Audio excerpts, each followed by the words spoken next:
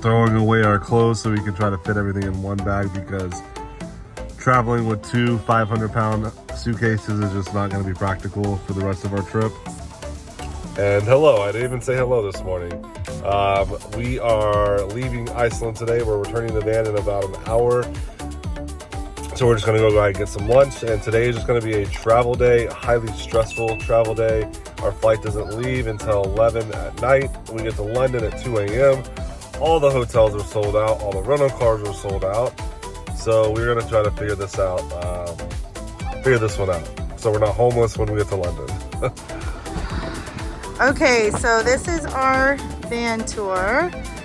Running through the last of my thoughts, standing on the edge of my time.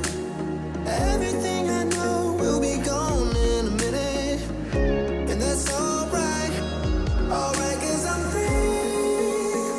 freer than I've ever been before. Yeah, baby, I'm free.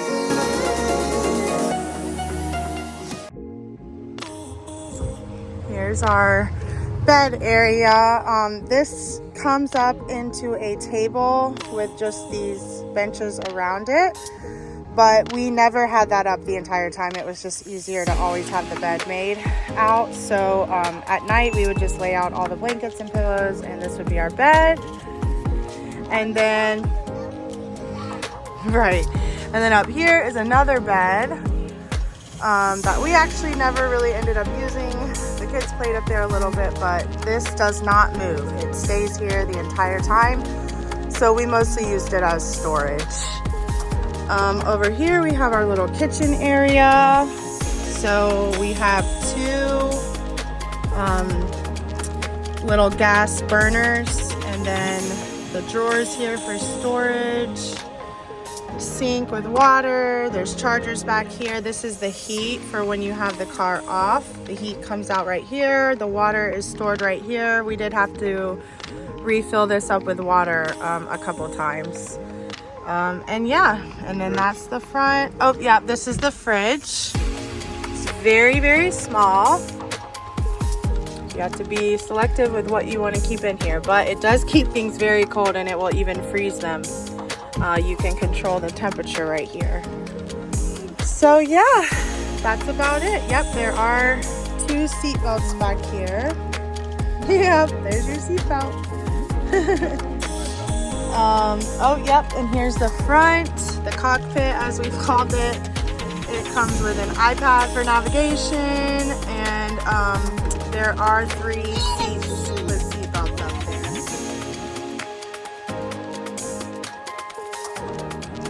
So we've actually been really lucky at not having any extremely windy days, because Iceland is known for being cold and windy. But wow, it is extremely windy. Today you open up your door and the wind just kind of sucks open the door. So just be very careful when you're opening and closing doors so you don't cause damage to the rental van. There's even signs right there that warn you that, but just check out the flags out there. I mean, it is just crazy out there right now. I know we've been talking about this whole vlog. Iceland is super expensive, everyone knows that. But just for like comparison, this little tiny Starbucks drink, 2 of these was $16.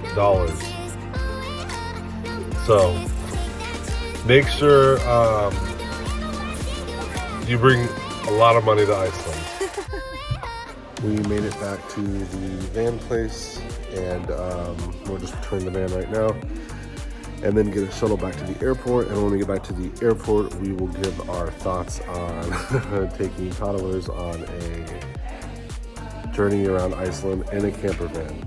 All right, so we made it to the airport. We actually were able to get everything down to 1 bag, 1 book bag. That is great news for me. So now we have about 4 hours for our flight, so we're just gonna hang out. No, isn't it 7:30? Is it 7? No, it's 6:30, 5:30, yeah. So we have about 4 hours for our flight, so we're just gonna hang out here at the airport and try to find a hotel for London, because everything is sold out. Airbnb is sold out too, so we're still looking. That's what happens when you're spontaneous or not prepared, however you want to look at it. See, I want to take that back. It's not that we're unplanned or spontaneous. Our flight was canceled, and that's what we're going to go with, because our American Airlines flight was canceled from Reykjavik to London, so we had to buy another airline ticket, and it's been a whole mess. But that's why we don't have a hotel for London, because we did not think that we were going to be having to stay in Luton, London.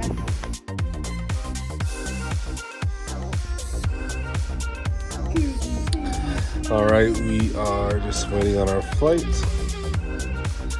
It's delayed by 30 minutes so far. Hopefully that's it. Okay, while we're waiting on our flight here to London, we are going to give our honest review of being in a camper van with 2 toddlers for 5 days. We're gonna say like positive things first, and then we'll get into the things we did not like. First positive are that you are on your own time completely. You're not so you can move at your own pace. If you happen to go to a site that you really want to see for longer, you can stay as long as you want. There's a campground pretty much everywhere. Yeah. there was so yeah, number one positive is that you're on your own time completely. And then just like the flexibility of it all too. Like we changed our plans like 3 or 4 times. Once we realized something wasn't working, we changed the plans basically every day. Yeah, it was just hard with the kids. Yeah. You know, we had to change plans, and we weren't able to see everything that we wanted to see, and we weren't able to drive as far as we thought we could, but it was very easy to But change this is the that. positives, So not the negatives. Yeah. yeah. Okay, so the other positive, I was. Okay. All right. Another positive was just like cooking. That was fun for me.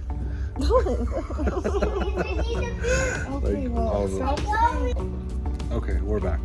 So back to the positives. Yeah. Okay, so the number one was that you can be on your own time. Number 2 would be that you can always cook your own food and always have snacks just right there readily available. The kitchen is in the car, so you always have food. The third thing There's a was refrigerator too. Yeah, you'll see that in the tour. That's before this review. Also, another thing is that the kids can always sleep. So, like when we're driving to the attraction or site, and when we're there, they can always have somewhere to sleep. Yeah, if you have kids, you know, like you never know when they're gonna need a little nap. So if you're in like the middle of sightseeing, you can always just go to your van for a few minutes, take a nap, and then continue whatever you're doing. You don't have to go like drive an hour back to your hotel or whatever that case may be, because your hotel is right there in the parking lot. Yep, and the fourth and final would be the price, because the price does include your hotel and your transportation, which the price paid was $1,600, I want to say, like right around there, $1,600 US for 5 days, which 5 is days, 5 nights. Yep. yeah. And then on gas, since we didn't go around the entire country, we only did what we did. We only spent like I don't know $300 in gas. So that wasn't too bad either. And then on groceries, we spent like $200 US. And then on eating out, we probably spent about also $200 US. So price was definitely a positive, because that's the cheapest way to see Iceland, and also the most convenient way as well. All right, so now for the things that we did not like. The first thing is going to be storage. There was a lot of opportunities for them to put like hooks and different storage bags, like cubbies. There's shelves. a lot of space where we could have put stuff that we couldn't. So storage was definitely a big thing. The only storage was underneath the benches, and that was it. That's not accessible. You cannot bring a hard shell suitcase. You have to empty out your suitcase into the van and leave your suitcase at the rental place. So that's going to be the biggest one for me, was just the lack of storage in the van. Yeah, we wanted to be organized, and there was just no way. I mean, stuff was just kind of everywhere because there was nowhere to put anything. We just ended up using the top bunk for our storage. Yeah. The second thing that we really didn't like, and again, this is just our opinion, so form your own opinion, but it's going to be just getting the kids dressed.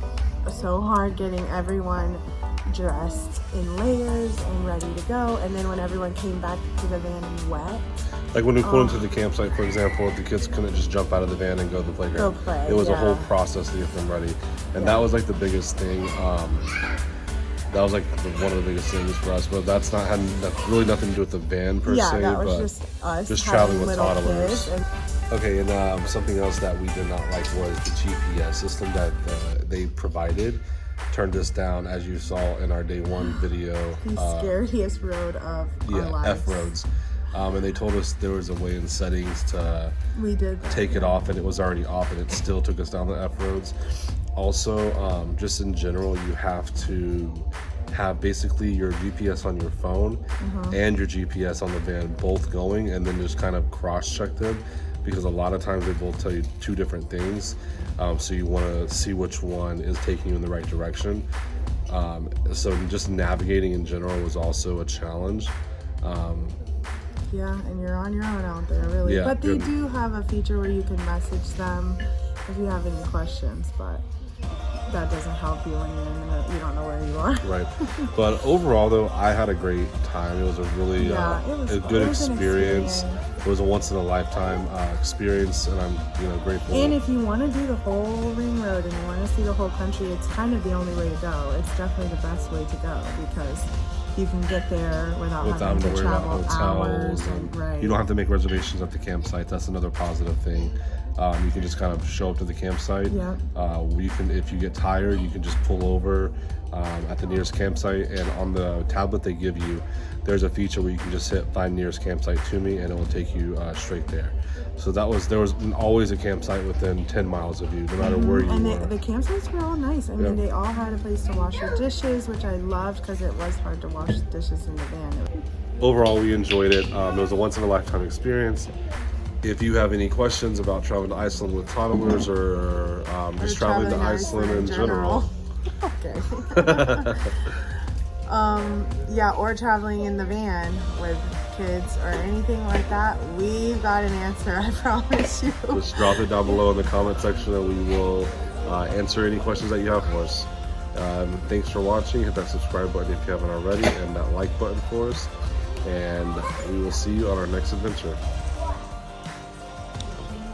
Our plane is here. Почему это не посмотреть? Я вот обновляю, что я